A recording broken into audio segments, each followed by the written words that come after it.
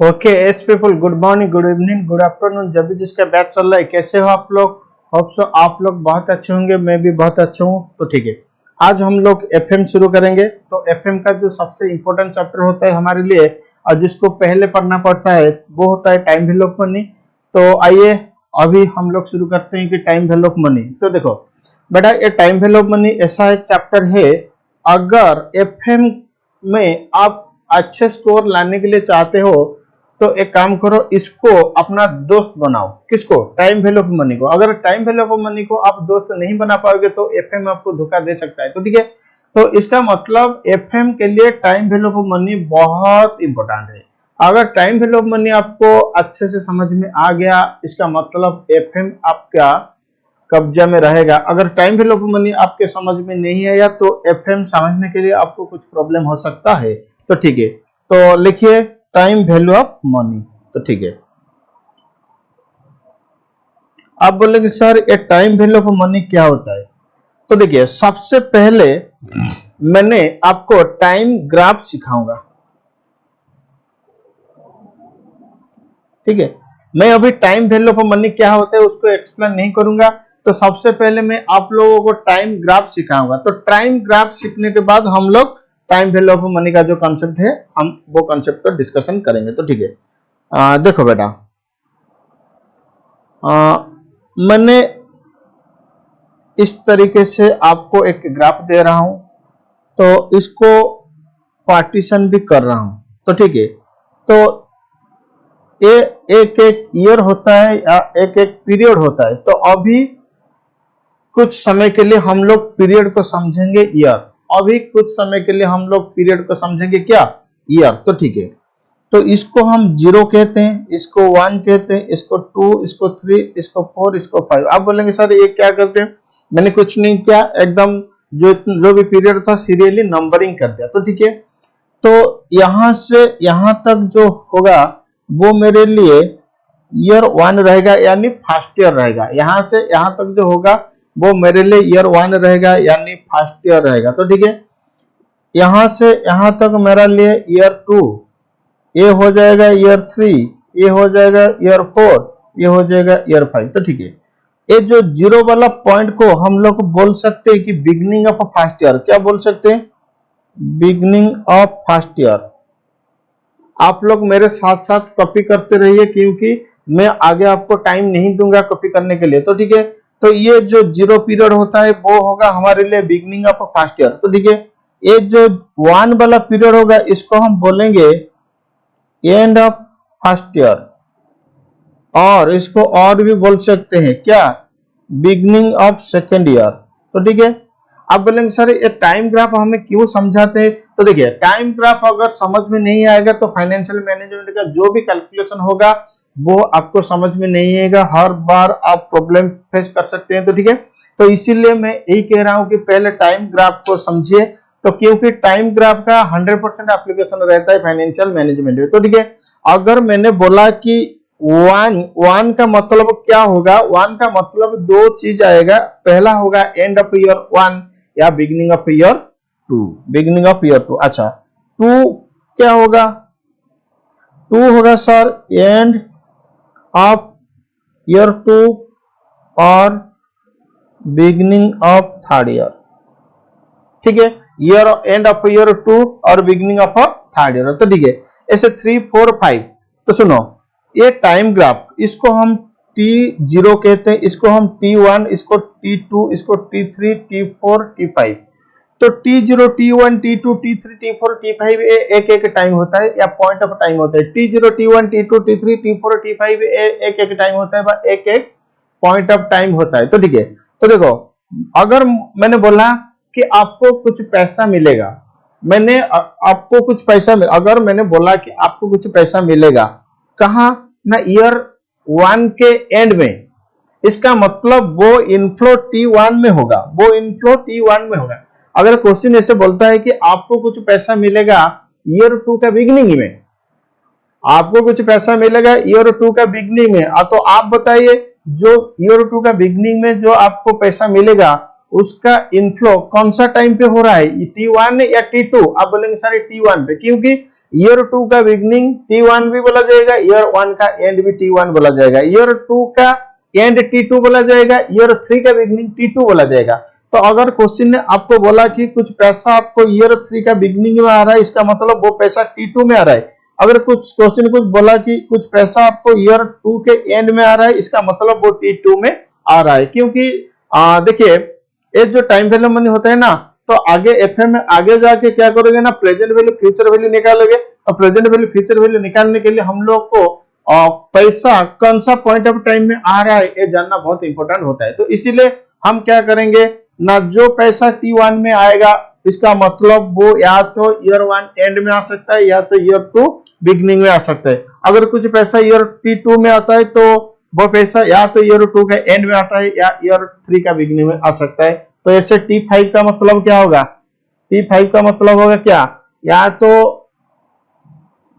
End of 5th year, नहीं तो beginning of 6th year. तो ठीक है, अगर टाइम ग्राफ आपको समझ में आ गया, अगर टाइम ग्राफ आपको समझ में आ गया तो इतना ही सोच लो कि आगे में जाके एफएम में जो भी डिस्कशन करूंगा वो आपको पूरी तरफ से 100% क्लैरिटी के साथ समझ में आएगा। Are you getting the point? Yes और नो? Yes sir. तो एक काम करो, इसको कॉपी मारो, ठीक है। अगर कॉपी नहीं किए हो तो इसको पहले कॉपी मारो।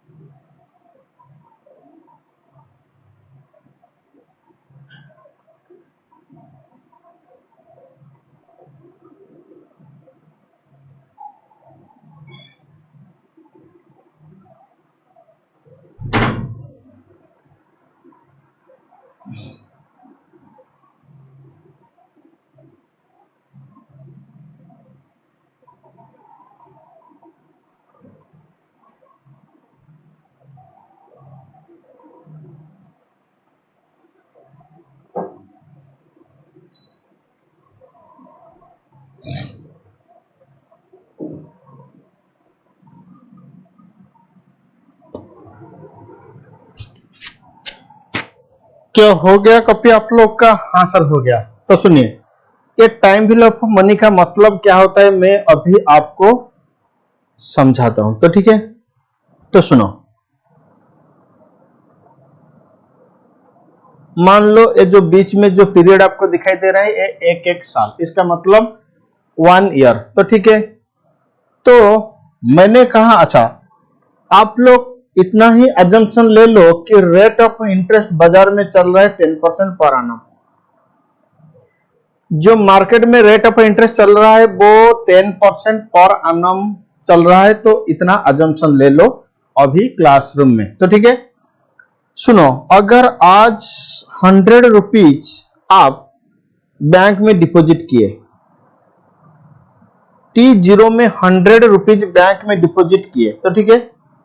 तो वो डिपॉजिट के ऊपर बैंक आपको कितना परसेंट इंटरेस्ट देगा, वो डिपॉजिट के ऊपर बैंक आपको कितना परसेंट इंटरेस्ट देगा? आप बोलेंगे सर बैंक हमें 10% इंटरेस्ट देगा।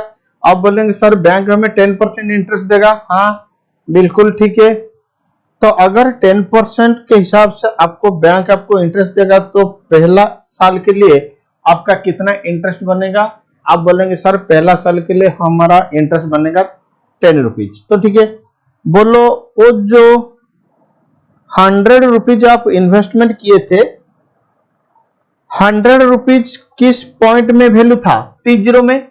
तो उसका वैल्यू T1 में कितना हो रहा है?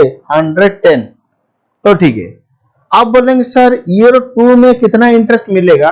बेटा देखो इंटरेस्ट दो तरीके से मिल सकता है, या तो सिंपल इंटरेस्ट या तो कंपाउंडिंग इंटरेस्ट। इंटरेस्ट दो तरीके से मिल सकता है, या तो सिंपल इंटरेस्ट या तो कंपाउंडिंग इंटरेस्ट। तो सिंपल इंटरेस्ट अगर फॉलो करेंगे तो 10 ही चलेगा, क्योंकि ओरिजिनल इन्वेस्टमेंट के ऊपर इंटरेस्ट मिलता है सिंपल इंटरेस्ट कंसेप्ट में। ओरिजिनल इन्वेस्टमेंट के ऊपर इंटरेस्ट मिलता है सिंपल इंटरेस्ट कंसेप्ट में, लेकिन हम लोग क्या करेंगे ना, कंपाउंडिंग का कंसेप्ट फॉलो करेंगे। हम लोग क्या करेंगे ना, कंपाउंडिंग का कंसेप्ट फॉलो करेंगे। अगर कंपाउंडिंग का कंसेप्ट फॉलो करेंगे तो यहाँ पे हम लोग का इन्वेस्टमेंट कितना 110, तो इधर हमको 110 के ऊपर इंटरेस्ट मिलेगा, यानी 11 रुपीज मिलेगा, क्योंकि 110 का 10% 11 होता है।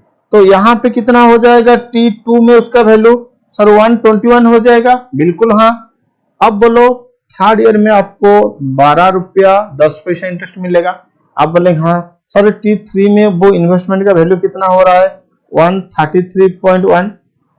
ठीक है, तो ऐसे चलेगा। तो ठीक है बेटा, ये जो टाइम देखो T0 में जिसका वैल्यू 100 रुपीज था, T0 में जिसका वैल्यू 100 रुपीज था, T1 में उसका वैल्यू कितना हो गया 110, T2 में उसका वैल्यू कितना हो गया 121, T3 में उसका वैल्यू कितना हो गया 133। इसका मतलब जैसे जैसे पीरियड या टाइम चेंज होते रहेगा, जैसे जैसे पीरियड या टाइम चेंज होते रहेगा, तो वैसे वैसे आपका जो मनी का वैल्यू वो भी चेंज होते रहेगा। इसको कहते हैं टाइम वैल्यू ऑफ मनी। इसको कहते हैं क्या, टाइम वैल्यू ऑफ मनी। इसका मतलब value of money will change according to change in time. Value of money will change according to change in time. तो इस ग्राफ को अगर आप लिखने चाहते हो तो आप लिख सकते हैं। तो ठीक है, अब लिखो टाइम ग्राफ के बाद मैंने आप लोग को लिखाऊंगा what is time value of money. तो ठीक है, लिखो time value of money means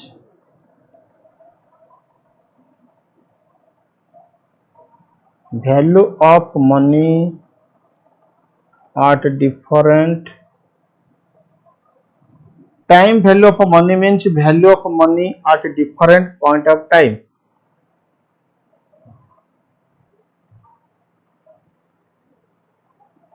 At a different point of time. तो ठीक है, full stop. We know that if there is investment opportunity, we know that if there is investment opportunity, सुनो investment opportunity का मतलब होता है, अगर सुनो मैंने बोला कि आप बैंक में 100 रुपया डिपॉजिट करोगे तो ईयर 1 में 110 होगा। तो ठीक है, ईयर 2 में 121 होगा, ईयर 3 में 133 होगा। मैंने बोला कि आप एक काम करो, अपना पर्स में 100 रुपया रख लो। क्या 1 साल के बाद 110 होगा? नहीं। 2 साल के बाद 121 होगा? नहीं। 3 साल के बाद 133 होगा? नहीं। इसका मतलब अगर उसको इन्वेस्ट करोगे तो उसका वैल्यू चेंज होगा। अगर अपने पॉकेट में या क्या पर्स में रखेंगे तो उसका वैल्यू चेंज नहीं होगा। तो इसीलिए मैंने आपको लिखाया कि if there is investment opportunity. तो ठीक है, तो अगर इन्वेस्टमेंट अपॉर्चुनिटी होता है, if there is investment opportunity then the value of money will change according to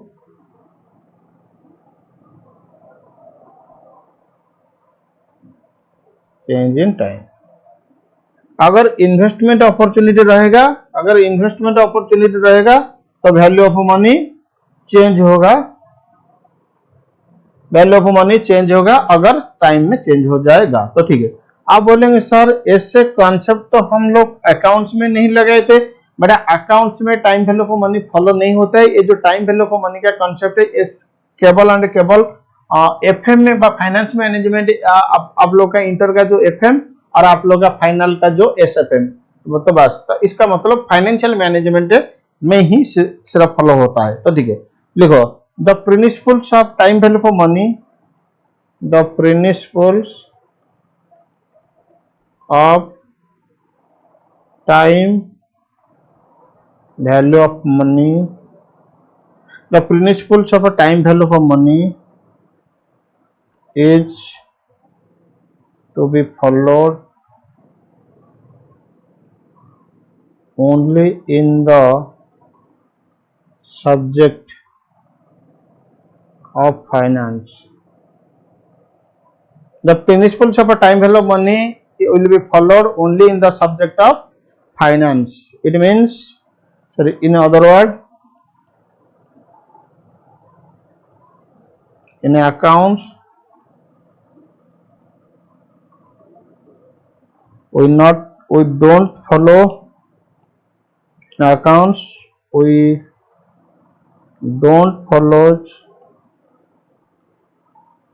TVM principles. Accounts में हम लोग टीवीएम प्रिंसिपल को फॉलो नहीं करते हैं। तो ये जो टीवीएम प्रिंसिपल हम लोग ओनली कहां पे फॉलो करेंगे? फाइनेंस में। तो बेटा टाइम वैल्यू ऑफ मनी का प्रिंसिपल हो गया, ठीक है। तो ठीक है, सुनो, ये जो टाइम वैल्यू ऑफ मनी का प्रिंसिपल का रिलेवेंस क्या होता है? तो मैंने अकाउंटिंग का केस आप लोग के सामने दे रहा हूं। तो अब मैं जो भी बोलूंगा एक अकाउंटेंट के हिसाब से या अकाउंटिंग पेपर को दिमाग में सोच के मैं बोलूंगा। तो ठीक है, तो सुनो, मान लो 2 साल का टाइम गैप है, मान लो 2 साल का टाइम पीरियड है, ठीक है। तो यहां पे आप परचेज किए 200 रुपया में, तो परचेज होने से आपका पैसा चला जाएगा, इसका मतलब आउटफ्लो हो जाएगा। बोलो यस और नो? हाँ।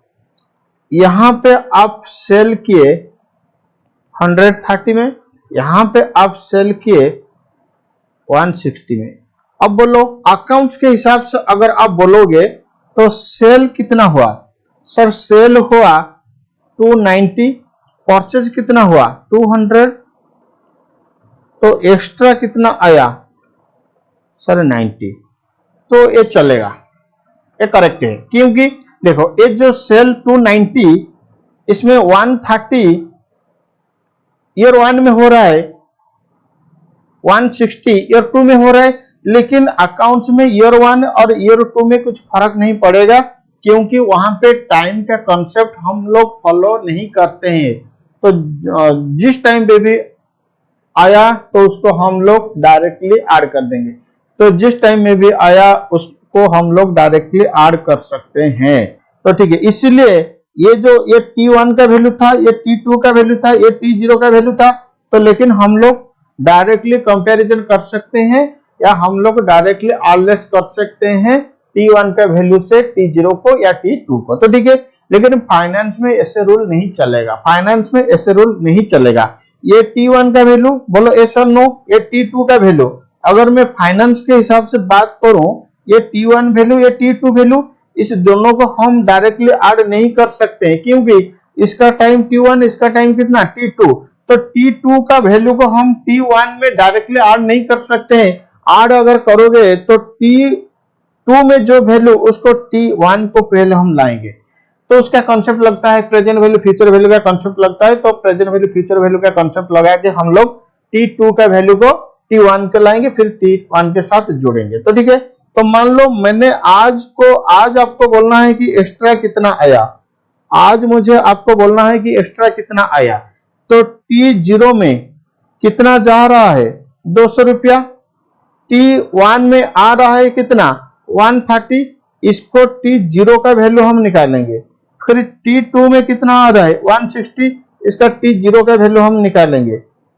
फिर उसके बाद हमको देखना है कि कितना आया एक्स्ट्रा या कितना नुकसान हुआ। इसका मतलब अकाउंट्स में डिफरेंट पॉइंट ऑफ टाइम का कैश फ्लो आप लोग डायरेक्टली ऐड कर सकते हैं, लेकिन फाइनेंस में अगर कैश फ्लो को आप लोग को ऐड करना है या लेस करना है, तो remember all cash flow should bring to a particular point of time, all cash flow should bring to a particular point of time.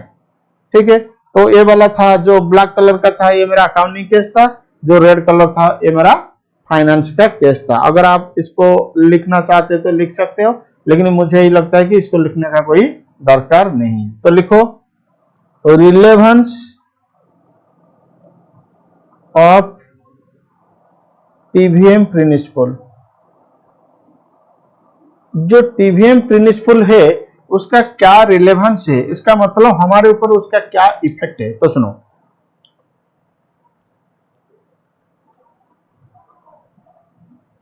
as per TVM principle,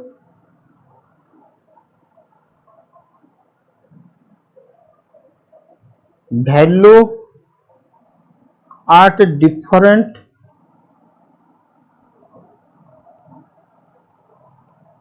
point of time. As per TVM principle, value at a different point of time cannot be added oblique deducted directly. आप directly उसको add या deduct नहीं कर सकते हैं, तो ठीक है. To added oblique deducted all value should be at a same time period. Add करोगे या डिडक्ट करने से पहले आपको देखना होगा कि जितना भी वैल्यू है सब एक ही पीरियड में होना चाहिए, तो ठीक है. मतलब सबका वैल्यू T0 को लाओ फिर उसके बाद प्लस माइनस करो, या सबका वैल्यू T1 को लाओ फिर उसके बाद प्लस माइनस करो, तो ठीक है. Hence if money is at different point of time, अगर money different point of time पे है then to added oblique deducted, then to added oblique deducted we have to bring all value to a particular time. ठीक है. तो इसको अगर हम example के या ग्राफिकल हम लिखेंगे तो ऐसे लिखेंगे. T0 में ये आउटफ्लो हुआ, ये T1 में, ये T2 में, ये T3 में, तो ठीक है. देखिए कंपैरिजन हमेशा T0 में होगा, कंपैरिजन हमेशा T0 में होगा. तो अगर मान लो ये आउटफ्लो, ये इनफ्लो, ये इनफ्लो, ये भी आपका इनफ्लो, तो ये आउटफ्लो आउटफ्लो आउटफ्लो, ये इनफ्लो, तो ठीक है. तो आप कैसे इनफ्लो को आउटफ्लो से डायरेक्ट माइनस कर सकते हो? Answer is no. तो पहले इसको लाओ, तो T1 से कहां जाएगा? T0 को. इसको भी लाइए, तो ये T2 से कहां जाएगा? T0 को. इसको भी लाइए, तो ये T3 से कहां जाएगा? T0 को. फिर उसके बाद जो होगा यहां पे हम देखेंगे क्या, ऐड ऑब्लिक लेस कर सकते हैं. इसका मतलब जो सुनो, ये T0 को हम लोग बोलते हैं प्रेजेंट, T0 को हम लोग बोलते हैं क्या? प्रेजेंट. T1 को बोलते हैं फ्यूचर 1, T2 को बोलते हैं फ्यूचर वैल्यू 2, T3 को बोलते हैं फ्यूचर वैल्यू 3. इसका मतलब कंपैरिजन जब करोगे तो जो कैश फ्लो फ्यूचर में है पहले उसको प्रेजेंट को लाना पड़ेगा, फिर उसके बाद आप कंपेयर कर सकते हो. पहले उसको प्रेजेंट को लाना पड़ेगा, फिर उसके बाद आप कंपेयर कर सकते हो, तो ठीक है. तो यही बात मैंने यहाँ पे लिखाया हूं कि अगर आप कंपैरिजन करने के लिए चाहते हो तो क्या करो, ये सारे के सारे जो value different point of time है उनको पहले T0 को ले आओ, फिर उसके बाद कंपेयर करो, तो ठीक है.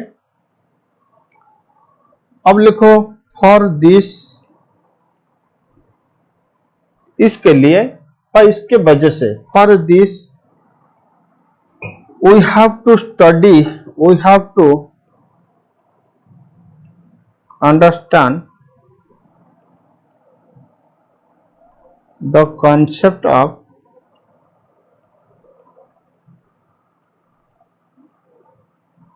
present value and future value.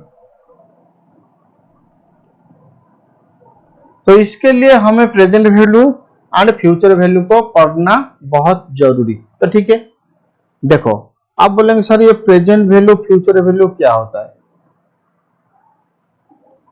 मान लो ये T1, T2, T3, तो T1 को हम लोग बोलेंगे फ्यूचर वैल्यू 1, T2 में जो वैल्यू फ्यूचर वैल्यू 2, T3 में जो वैल्यू फ्यूचर वैल्यू 3, यहाँ पे प्रेजेंट वैल्यू।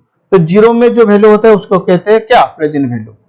तो ठीक है, अगर जीरो का वैल्यू को आप लोगे T1 को, इसका मतलब आप फ्यूचर वैल्यू निकाल रहे हो।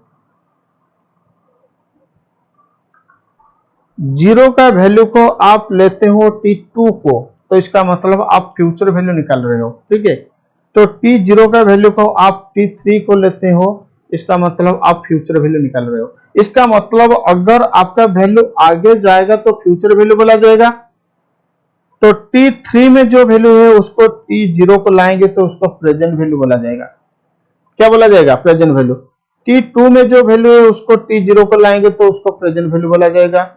T1 में जो वैल्यू है उसको T0 को लाएंगे तो उसको प्रेजेंट वैल्यू बोला जाएगा। तो ठीक है, इसका मतलब हमें यही पता चला कि यही कंसेप्ट हम लोग, यही कंक्लूजन हमको मिल रहा है। T1, T2, T3 अगर वैल्यू आगे जाएगा, अगर वैल्यू आगे जाएगा, देखो 1 से गया 2 को, 1 से गया 3 को, 2 से गया 3 को, कोई बात नहीं। अगर वैल्यू आगे जा रहा है तो हम लोग बोलेंगे फ्यूचर वैल्यू। हम लोग क्या बोलेंगे, फ्यूचर वैल्यू। तो फ्यूचर वैल्यू जिस टेक्निक में कैलकुलेशन होगा उसको हम लोग कहते हैं कंपाउंडिंग। फ्यूचर वैल्यू जिस टेक्निक में कैलकुलेशन होगा उसको हम लोग को बोलते हैं क्या, कंपाउंडिंग। तो ठीक है, अगर वैल्यू पीछे आता है, अगर वैल्यू पीछे आता है, अगर वैल्यू पीछे आता है या बैकवर्ड मूव करता है, इसका मतलब ये T0, ये T1, ये T2, ये T3, ये T4। ठीक है, तो T4 का वैल्यू T0 का आया, या T4 का वैल्यू T1 का आया, या T3 का वैल्यू T0 का आया, T2 का वैल्यू 1 को आया, 3 का वैल्यू 0 को आया, अब 4 का वैल्यू 1 को आया, कुछ भी हो सकता है। इसका मतलब 4 का वैल्यू पीछे आता है, 4 का वैल्यू पीछे आता है। तो अगर आप पीछे आते हो तो हम बोलेंगे क्या, प्रेजेंट वैल्यू। तो प्रेजेंट वैल्यू जिस कंसेप्ट में कैलकुलेशन होगा उसको कहते हैं डिस्काउंटिंग टेक्निक। क्या कहते हैं, डिस्काउंटिंग। तो दो रूल हमें समझना है। पहला होता है रूल ऑफ कंपाउंडिंग और दूसरा होता है रूल ऑफ डिस्काउंटिंग। तो अभी हम लोग समझेंगे rule of compounding, rule of discounting. तो मुझे लगता है कि ये चीज आपको कॉपी करना बहुत जरूरी, तो यहीं से कॉपी करना शुरू करो, यहां से कॉपी करना शुरू करो। ठीक है, मैं आपको टाइम दे रहा हूं, आप कॉपी कीजिए, कोई बात नहीं।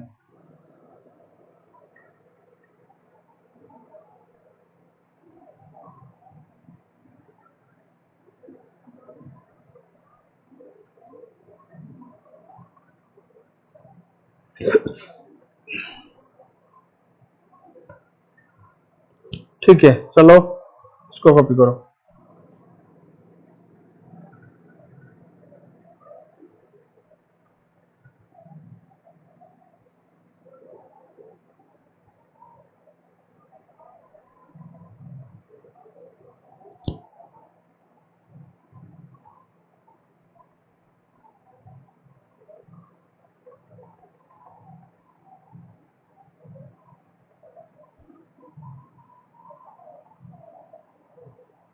इसको कॉपी करो। अगर कहीं पे आप कॉपी नहीं कर पा रहे हो तो वीडियो को पॉज करके कॉपी करना। तो ठीक है, मैं जितना टाइम दे रहा हूं उतना मैं कॉपी करने के लिए कोशिश करो।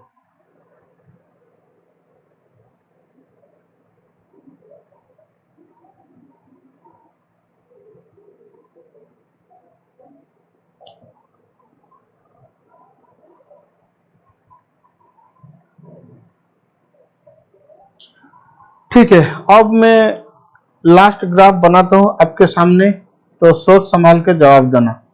इसको मेरे साथ साथ भी कॉपी करो।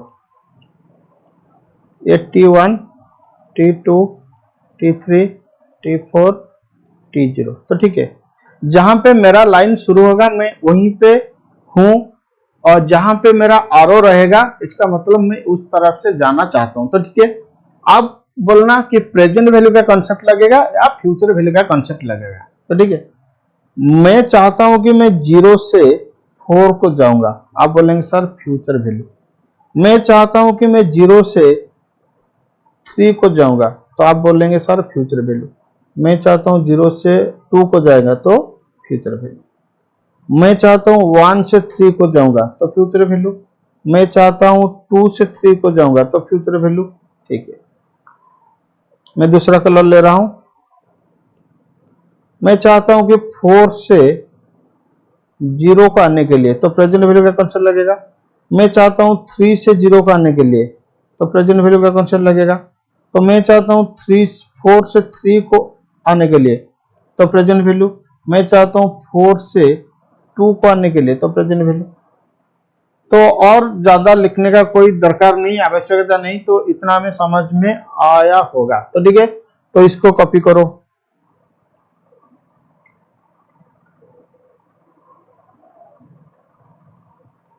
इसको पहले कॉपी करो।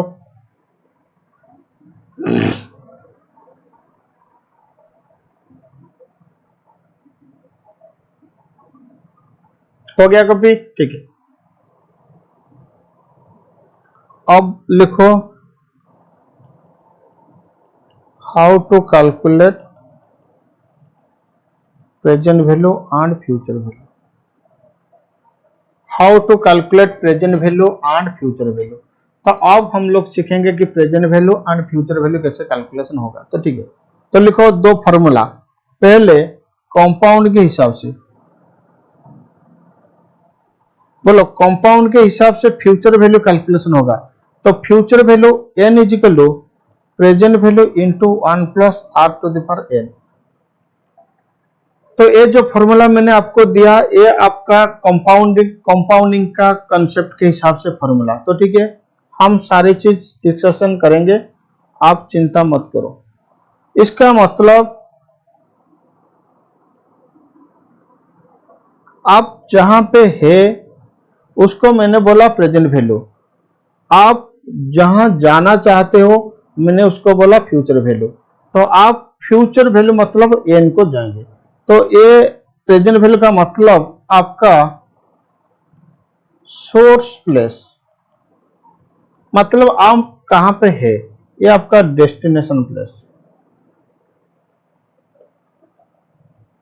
तो ये हमेशा फॉरवर्ड में होगा, फॉरवर्ड डायरेक्शन में होगा।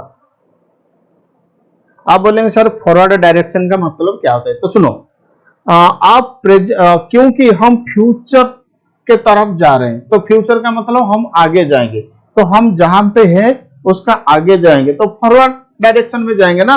तो इसको कहते हैं कंपाउंडिंग कॉन्सेप्ट या फ्यूचर वैल्यू कैलकुलेशन। आप बोलेंगे सर फ्यूचर वैल्यू एन मतलब फ्यूचर वैल्यू एफ भी एन का मतलब value at future period N, मतलब एन फ्यूचर पीरियड में वैल्यू कितना। तो ठीक है, पीवी मतलब प्रेजेंट वैल्यू, पीवी मतलब प्रेजेंट वैल्यू। ये जो आर होता है इसको हम कहते हैं रेट ऑफ इंटरेस्ट। ये जो आर फॉर्मूला में यूज हुआ है इसको हम कहते हैं रेट ऑफ इंटरेस्ट। तो ठीक है, आप बोलेंगे सर ये जो एन यूज हुआ है इसको हम कहते हैं टाइम पीरियड। ठीक है, मैंने क्या किया ना, आपको 1 प्लस आर बोला, इसको हम बोलेंगे फैक्टर, इसको हम बोलेंगे factor. 1 plus are to the power N अगर बोलूंगा तो इसको हम बोलेंगे compounding factor for N year. ठीक है, अगर मैं आपको बोलूं कि 1 plus are to the power 2, इसका मतलब क्या होगा? Compounding factor for 2 year. अगर मैं आपसे बोलूं 1 plus are to the power 3, इसका मतलब क्या होगा? Compounding factor for 3 year. ठीक है, अगर मैं बोलूं 1 plus are to the power 1, इसका मतलब कंपाउंडिंग फैक्टर फॉर 1 ईयर। अब हम लोग समझेंगे कि कंपाउंडिंग फैक्टर फॉर 2 ईयर क्या करेगा, compounding factor for 3 year, compounding factor for 1 year. सुनो, कंपाउंडिंग फैक्टर आगे ले जाएगा आपको। अगर आप किसी वैल्यू के साथ कंपाउंडिंग फैक्टर मल्टीप्लाई करते हो, सुनो, अगर आप किसी वैल्यू के साथ कंपाउंडिंग फैक्टर को मल्टीप्लाई करते हो, इसका मतलब वो फैक्टर आपका वैल्यू को आगे ले जाएगा, वो फैक्टर आपका वैल्यू को आगे ले जाएगा। तो अब सवाल ये आ रहा है कि आप कितना साल आगे जाना चाहते हो, आप कितने साल आगे जाना चाहते हो। अगर आप 2 साल आगे जाना चाहते हो तो कंपाउंड फैक्टर 2 मल्टीप्लाई करना पड़ेगा। अगर आप 1 साल आगे जाना चाहते हो तो कंपाउंड फैक्टर 1 मल्टीप्लाई करना पड़ेगा। अगर आप 3 साल आगे जाना चाहते हो तो आपको कंपाउंड फैक्टर 3 मल्टीप्लाई करना पड़ेगा। इसका मतलब कंपाउंड फैक्टर 1 क्या करेगा, 1 ईयर अहेड या back, 1 year ahead oblique forward. इसका मतलब कंपाउंडिंग फैक्टर 1 क्या करेगा, इसका मतलब कंपाउंडिंग फैक्टर 1 क्या करेगा, आपको 1 साल आगे ले लेगा, आपको 1 साल आगे ले लेगा। अब बोलो compounding factor 2 year ahead oblique forward, compound factor 3 year ahead oblique forward, compound factor n year ahead forward. तो ठीक है, अब देखो मैं जो टाइम ग्राफ आपको दे रहा हूं, आप बोलना कि कंपाउंड फैक्टर 1 यूज करोगे या कंपाउंड फैक्टर 2 यूज करोगे या कंपाउंड फैक्टर 3 यूज करोगे। तो ठीक है, ये 1 2 3 4 मैंने बोला कि ये T0, ये T1, ये T2, ये T3, ये T4। ठीक है, मैंने T0 से T1 को जाना चाहता हूं तो कंपाउंड फैक्टर 1 यूज करूंगा, क्योंकि मैं जहां पे हूं कितना साल आगे जाना चाहता हूं, 1 साल। इसका मतलब मुझे कंपाउंड फैक्टर 1 यूज करना पड़ेगा। मैं T1 से T2 जाना चाहता हूं तो कंपाउंड फैक्टर 1 भी यूज करूंगा, क्योंकि यहां से यहां तक कितना ईयर, 1 साल। अगर आप 1 साल आगे जाना चाहते हो तो कंपाउंड फैक्टर 1 यूज करोगे। मैं T2 से T3 को जाना चाहता हूं तो कंपाउंड फैक्टर 1, T3 से T4 कंपाउंड फैक्टर 1, 0 से मैं 2 को जाना चाहता हूं तो कंपाउंड फैक्टर 2 से मैं 4 के जाना चाहता हूं तो कंपाउंड फैक्टर 2। ठीक है, 0 से मैं 3 को जाना चाहता हूं तो कंपाउंड फैक्टर 3। ठीक है, तो 0 से मैंने 4 को जाना चाहता हूं तो कंपाउंड फैक्टर 4। तो ठीक है, 1 से मैंने 4 को जाना चाहता हूं तो कंपाउंड फैक्टर 3, 2 से मैंने 4 को जाना चाहता हूं तो कंपाउंड फैक्टर 2। इसका मतलब आप कहां पे है और कितना साल आगे जाना चाहते हो उसके हिसाब से आपको कंपाउंड फैक्टर मल्टीप्लाई करना पड़ेगा। इसको कॉपी करो, इसको कॉपी करो, पहले इसको कॉपी करो।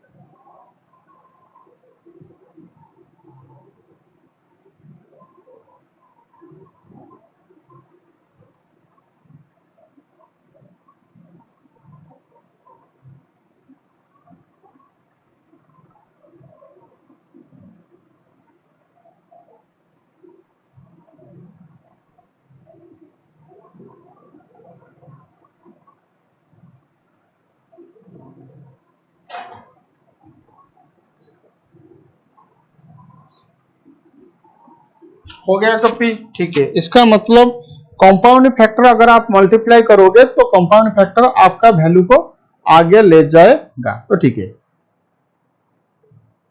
तो ये था मेरा कंपाउंडिंग का कंसेप्ट। मैं कंपाउंड का कंसेप्ट, उसका फॉर्मूला सारे के सारे डिस्कशन कर चुका हूं। तो ठीक है, अब बोलो अगर फ्यूचर वैल्यू n होता है, present value into 1 plus r to the power n, तो फ्यूचर वैल्यू 1 क्या होगा, sir present value into 1 plus are to the power 1।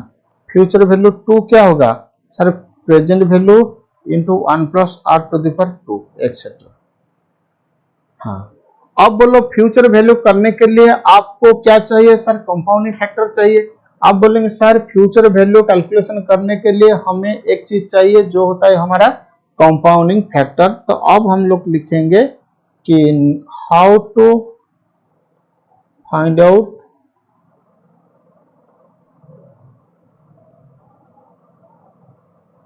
Compounding factor.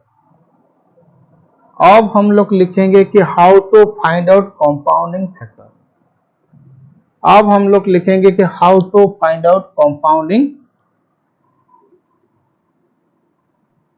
Factor. तो ठीक है, सुनो, अगर कंपाउंडिंग फैक्टर का कैलकुलेशन आपको समझ में आ गया, अगर कंपाउंडिंग फैक्टर का कैलकुलेशन आपको समझ में आ गया, इसका मतलब आपका फ्यूचर वैल्यू कैलकुलेशन हो गया। क्योंकि फ्यूचर वैल्यू कैलकुलेशन करने के लिए आपको प्रेजेंट वैल्यू के साथ कंपाउंडिंग फैक्टर मल्टीप्लाई करना है।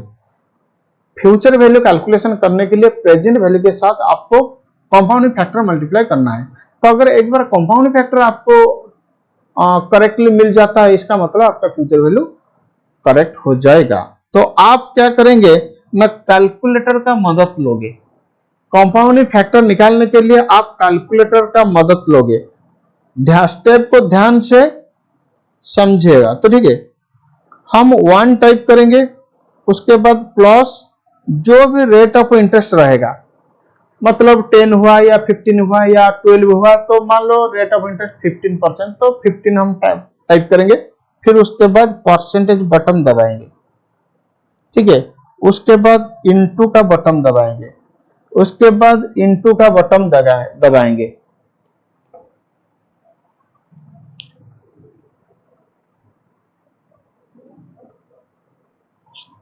उसके बाद इनटू, फिर उसके बाद is equal to is equal to is equal to is equal to is equal to. तो ऐसे हम लोग प्रोसीजर फॉलो करेंगे, किसमें, कैलकुलेटर में। तो ठीक है, ये जो इनटू में आपका कैलकुलेटर का डिस्प्ले में जो दिखाई देगा, इसको हम बोलेंगे कंपाउंड फैक्टर 1।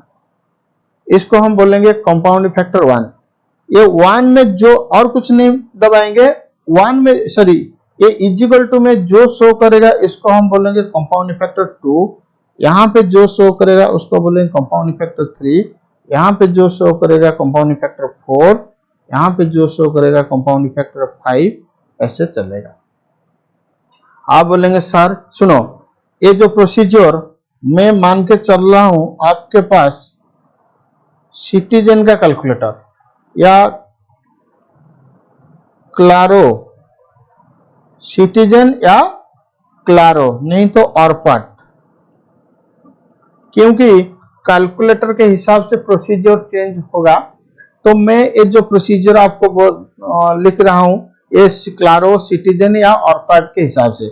अगर आपके पास कैसियो कैलकुलेटर है तो उसमें आ जाता है वैल्यू, तो ठीक है। जो अगर करेक्ट वैल्यू नहीं आता है तो काइंडली उस कैलकुलेटर को चेंज करके क्लारो, सिटीजन या ऑरपाट ले आना। तो ठीक है, आप बोलेंगे सर ये जो अब थ्योरेटिकल स्टेप लिखा है हमको तो समझ में आ गया कि हाँ हमको यही करना है, लेकिन हम करेंगे कैसे, एक एग्जांपल लेकर हमें समझा दीजिए। तो मान लो rate of interest is equal to 10%। मान लो rate of interest is equal to 10%। तो हम कैसे टाइप करेंगे, हम टाइप करेंगे 1। आप मेरे साथ साथ अपने कैलकुलेटर में भी 1 टाइप करो। फिर उसके बाद प्लस का जो बटन है तो प्लस करो, फिर उसके बाद 10, फिर उसके बाद परसेंटेज, अच्छा परसेंटेज, फिर उसके बाद इनटू का बटन दबाओ। तो इनटू का बटन अगर दबाते हो, इनटू का बटन अगर दबाते हो तो आपके डिस्प्ले में दिखाई दे रहा है, देखो कितना आपके डिस्प्ले में दिखाई दे रहा है,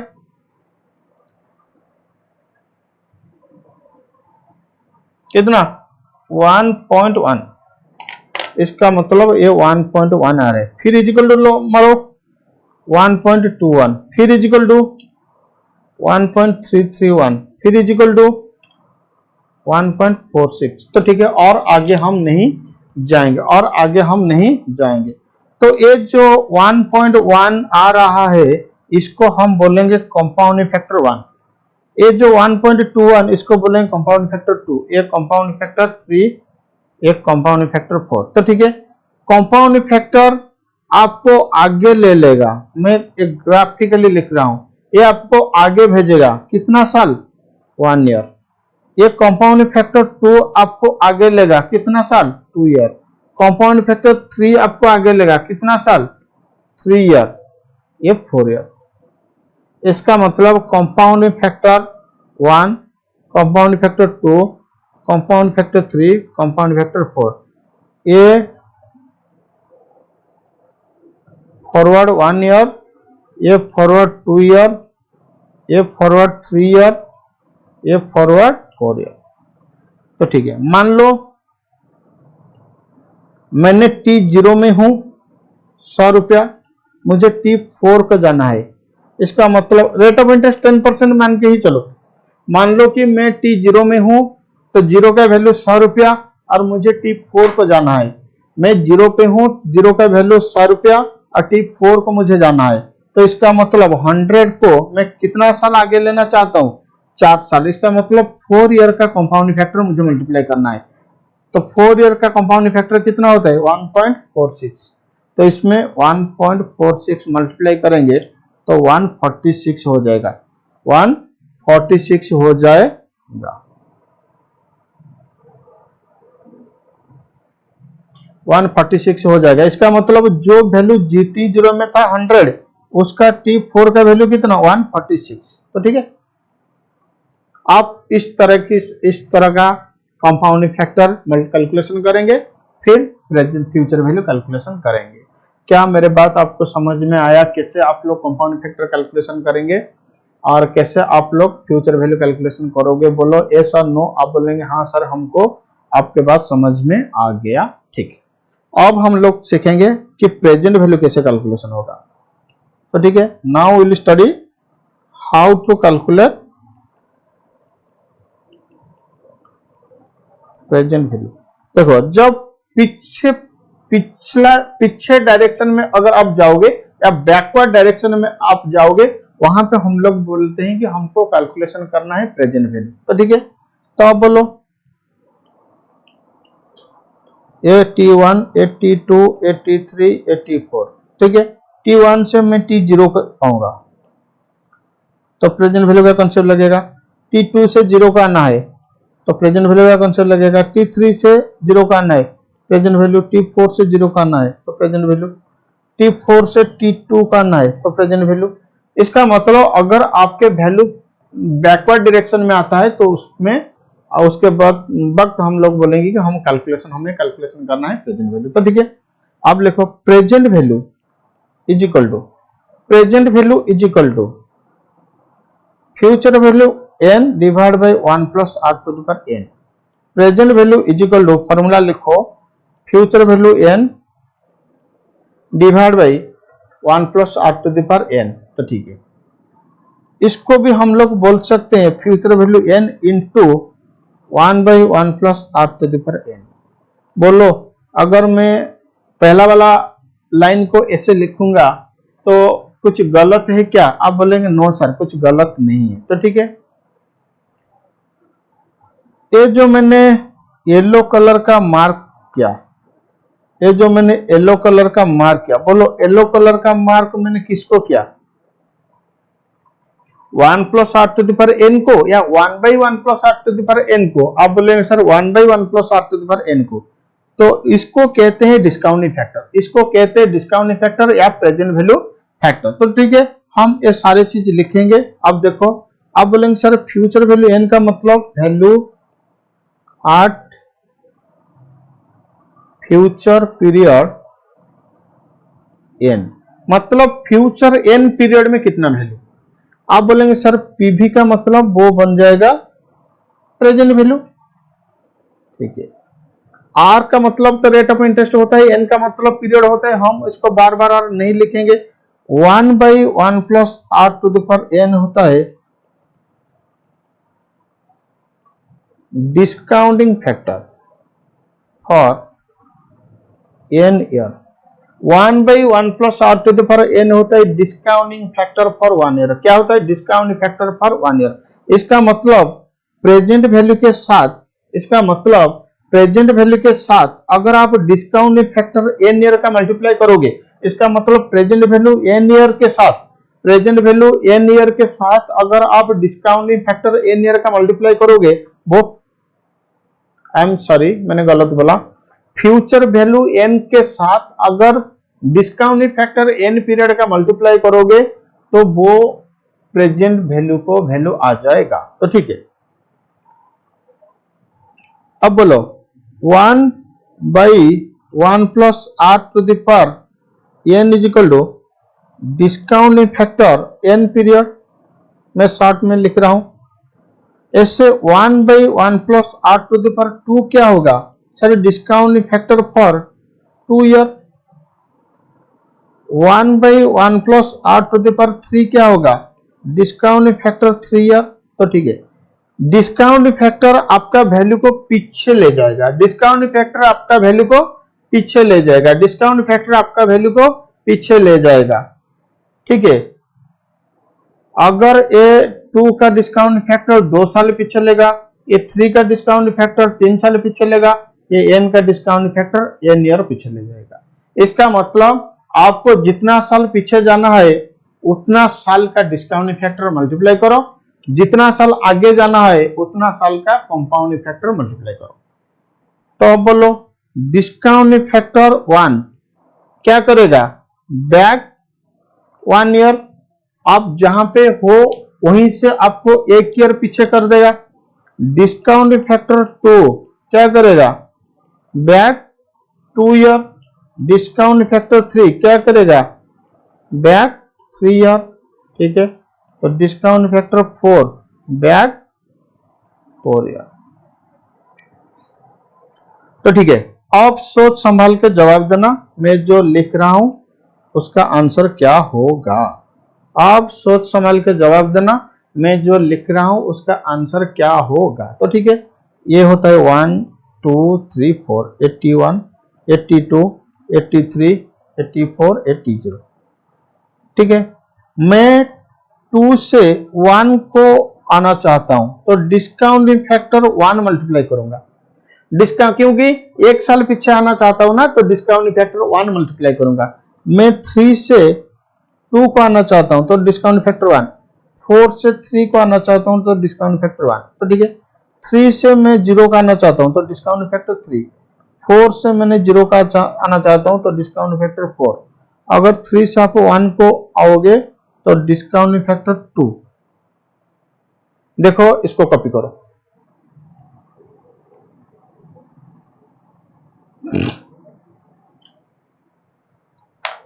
मैं स्क्रीन दिखाता हूं आप लोगों को, आप वीडियो को पॉज करके कॉपी मार सकते हो। ठीक है,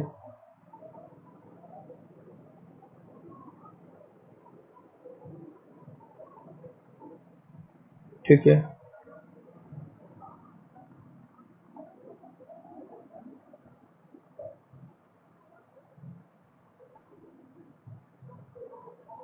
ठीक है,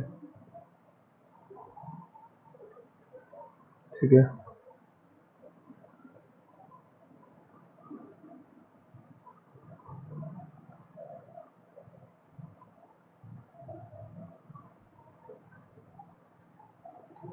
ओके।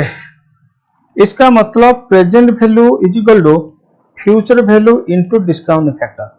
अगर फ्यूचर वैल्यू 1 होगा तो डिस्काउंट फैक्टर 1 होगा, अगर फ्यूचर वैल्यू 2 होगा तो डिस्काउंट फैक्टर 2, फ्यूचर वैल्यू 3 में तो डिस्काउंट फैक्टर 3 में। तो ठीक है, इसका मतलब एक बार अगर आपको डिस्काउंट फैक्टर कैलकुलेशन आ गया, इसका मतलब आपका फ्यूचर वैल्यू भी हो जाएगा।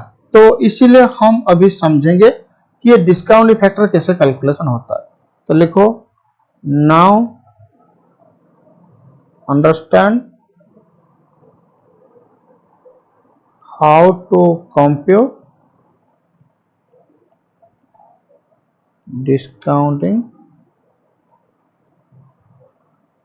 Factor. Now understand how to compute discounting factor. Now understand how to compute discounting factor. ठीक है, हम लोग कैलकुलेटर ही यूज करेंगे।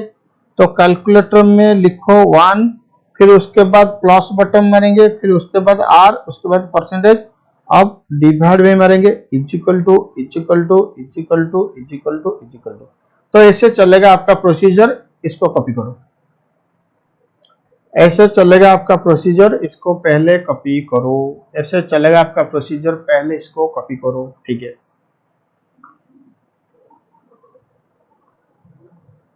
ये इजिकल टू में जो आएगा इसको बोलेंगे डिस्काउंट फैक्टर 1। डिफरेंस को मार्क करो, वहां पे इनटू, यहाँ पे डिवाइड बाई, वहां पे इनटू में कंपाउंड फैक्टर 1, लेकिन यहाँ पे डिवाइड बाई को हम इग्नोर करेंगे। इजिकल टू में जो आएगा उसको बोलेंगे डिस्काउंट फैक्टर 1। इजिकल टू में जो आएगा उसको बोलेंगे हम डिस्काउंट फैक्टर 1।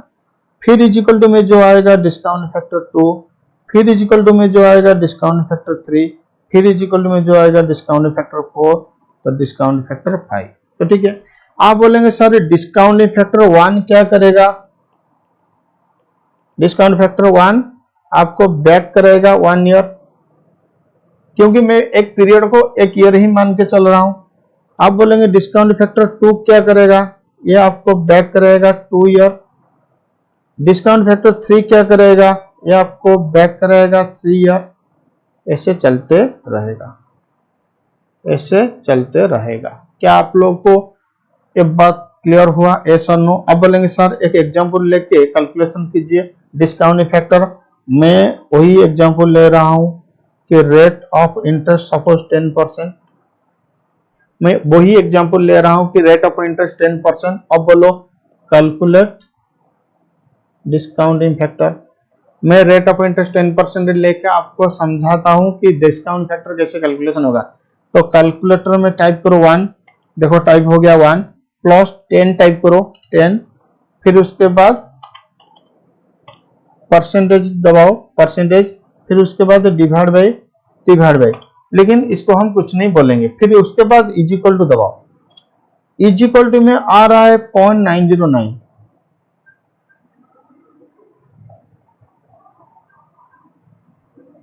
फिर इजिकल टू 0.826 आ रहा है, फिर इजिकल टू 0.751 आ रहा है, फिर इजिकल टू 0.62683 आ रहा है। ठीक है, तो ये जो 0.901 ये हमारे लिए डिस्काउंट फैक्टर 1, 0.826 ये हमारे लिए डिस्काउंट फैक्टर 2, ये डिस्काउंट फैक्टर 3, ये हमारे लिए डिस्काउंट फैक्टर 4। क्या आप लोगों को डिस्काउंट फैक्टर कैलकुलेशन समझ में आया? आप बोलेंगे हाँ सर। तो सुनो, मैं T4 में हूं, मैं T4 में जिसका वैल्यू 140, मैं जाना चाहता हूं T0 को वैल्यू को। तो 140 से आप मल्टीप्लाई करोगे 4 का डिस्काउंट फैक्टर, क्योंकि कितना साल पीछे आओगे? 4 साल, तो 4 का डिस्काउंट फैक्टर 0.683। तो बोलो 140 इंटू 0.683 क्या आ रहा है? 95.62। ठीक है, मैं T4 का वैल्यू 140 रखा, मैं T1 को आना चाहता हूं। कहां को? T1 को। तो 1 T4 से T1 को आएंगे, इसका मतलब कितना साल बैक करोगे? 3 साल। तो 3 साल का डिस्काउंट फैक्टर कितना? 0.751। तो क्या होगा? 140 इंटू 0.751, तो 140 इंटू 0.751 सर आ रहा है 105.14। तो ये था हम लोग का प्रेजेंट वैल्यू और डिस्काउंटिंग, सॉरी प्रेजेंट वैल्यू और फ्यूचर वैल्यू का कैलकुलेशन। होप सो आप लोग को एक क्लास समझ में आया, ये वीडियो आपको पसंद हुआ। तो अगर ये वीडियो आपको पसंद हुआ तो आप एक काम कीजिए, इसको लाइक करो, सब्सक्राइब करो मेरे चैनल को, शेयर करो। तो ठीक है, तो मैं आप लोगों को एक इम्पोर्टेंट अनाउंसमेंट देना चाहता हूं। प्ले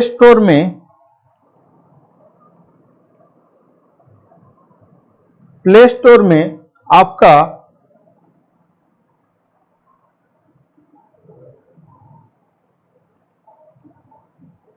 DS वर्चुअल का एक एप्लीकेशन मिलेगा, मोबाइल एप्लीकेशन मिलेगा। प्ले स्टोर में आप लोग के लिए डीएस वर्चुअल का एक मोबाइल एप्लीकेशन मिलेगा। जो डीएस वर्चुअल आप इंस्टॉल करोगे, अगर किसी भी पेपर का स्टडी एट होम फैसिलिटी लेने चाहते हो, किसी भी पेपर का स्टडी एट होम फैसिलिटी लेना चाहते हो, तो वो एप्लीकेशन को इंस्टॉल करो, फिर अपने आप को साइन अप या रजिस्टर करो। तो ठीक है, तो हम लोग सीए इंटर के लिए, सीएमए इंटर के लिए, अकाउंटिंग पेपर, कॉस्टिंग का पेपर, एफएम का पेपर, ओएम मतलब ऑपरेशन मैनेजमेंट, ऑडिट, ये सारे पेपर का स्टडी एट होम का फैसिलिटी दे रहे हैं। फिर वो बहुत नॉमिनल कॉस्ट में, इतना ज्यादा पैसा हम लोग नहीं लेंगे। तो ठीक है, तो सीए फाइनल के लिए या सीएमए फाइनल के लिए हम लोग अकाउंटिंग का पेपर, कॉस्टिंग का पेपर, एसएफएम का पेपर, बिजनेस वैल्यूएशन मैनेजमेंट का पेपर का स्टडी एट होम का फैसिलिटी दे रही है। इसका मतलब आप क्या करोगे ना, हमारा जो डीएस वर्चुअल, ये आपको आप डाउनलोड करना है, इंस्टॉल करना है, फिर इंस्टॉल करने के बाद आपको रजिस्टर करना है या साइन अप करना है। तो साइन अप करने के बाद आप लोग को क्लास मिल जाएगा, तो आप वहीं से घर में बैठ के क्लास कर सकते हो। इधर हम स्टूडियो में जब लाइव पढ़ाते हो, आप लोग लाइव भी क्लास कर सकते हो, या तो आप अगर आप लाइव नहीं कर पा रहे हो किसी भी कारण के वजह से, तो आप लोग को रिकॉर्डिंग भी कर सकते हो। तो काइंडली ये जो डीएस वर्चुअल का एप्लीकेशन, इसको अपने दोस्त के बीच में शेयर करो। तो सुनो, मेरे यूट्यूब चैनल में फिर मैं और एक क्लैरिफिकेशन आपको देना चाहता हूं। मेरे यूट्यूब चैनल में 2 लैंग्वेज का वीडियो आपको मिलेगा, 2 लैंग्वेज का वीडियो आपको मिलेगा। पहला लैंग्वेज हुआ उड़िया का लैंग्वेज, फिर हिंदी। तो जो उड़िया लैंग्वेज में जो क्लास है, जो उड़िया लैंग्वेज में जो क्लास है, वो उड़ीसा का स्टूडेंट को समझने, वो उड़ीसा स्टूडेंट केवल समझ पाएंगे। इसका मतलब वो एक्सक्लूसिव फॉर उड़ीसा स्टूडेंट के लिए। तो ठीक है, क्योंकि मैं उड़ीसा भुवनेश्वर से बिलोंग करता हूं, तो इसीलिए यहाँ पे जो रीजनल लैंग्वेज है, वो लोग को रीजनल लैंग्वेज, यहाँ पे जो स्टूडेंट होते हैं वो लोग का रीजनल लैंग्वेज में बैच चलता है। फिर जो बाहर आउट स्टेशन स्टूडेंट है, उन लोगों के लिए हिंदी का भी बैच चल रहा है। तो हमारे जो एप्लीकेशन में शायद 2 बैच दिखाई देगा। पहले कोई मान लो कि एफएम का एक ब्रैकेट में लिखा होगा फॉर उड़ीसा स्टूडेंट, फिर और ऐसे ही एफएम रहेगा, खाली एफएम। तो खाली एफएम का मतलब होगा वो हिंदी में, वो सारे कहीं पे उड़ीसा का स्टूडेंट भी ले सकते हैं, बाहर का स्टूडेंट भी ले सकते हैं, लेकिन जो फॉर उड़ीसा स्टूडेंट लिखा होगा वो क्लास को सिर्फ उड़ीसा स्टूडेंट बाय कर सकते हैं। तो ठीक है, तो ये जो डीएस वर्चुअल का आप अपने दोस्त के बीच में शेयर करो और सबको बोलो कि ये जो एक ट्रस्टेड ऑर्गेनाइजेशन व ट्रस्टेड सोर्स है, यहाँ पे आप लोगों को अच्छा क्वालिटी का क्लास मिलेगा। तो ठीक है, फिर वेरी नॉमिनल कॉस्ट में। तो ये जो बहुत सारे ऑर्गेनाइजेशन होते हैं कि वीडियो क्लासेस में ज्यादा पैसा लेते हैं, तो मुझे लगता है कि ये जो प्रैक्टिस धीरे धीरे बंद हो जाएगा और वीडियो क्लासेस स्टूडेंट फ्रेंडली हो जाएगा। स्टूडेंट फ्रेंड का मतलब बहुत कम पैसा में आपको क्लासेस का कंपटीशन हो जाएगा टीचर के बीच में। तो ज्यादा से ज्यादा टीचर सोचेंगे कि हम कम पैसा में क्वालिटी वाला क्लास कैसे देंगे। तो आज के लिए इतना। तो फिर से एकदम लास्ट में कह रहा हूं कि मेरे चैनल को सब्सक्राइब करो और शेयर करो। Thank you, tata, bye bye.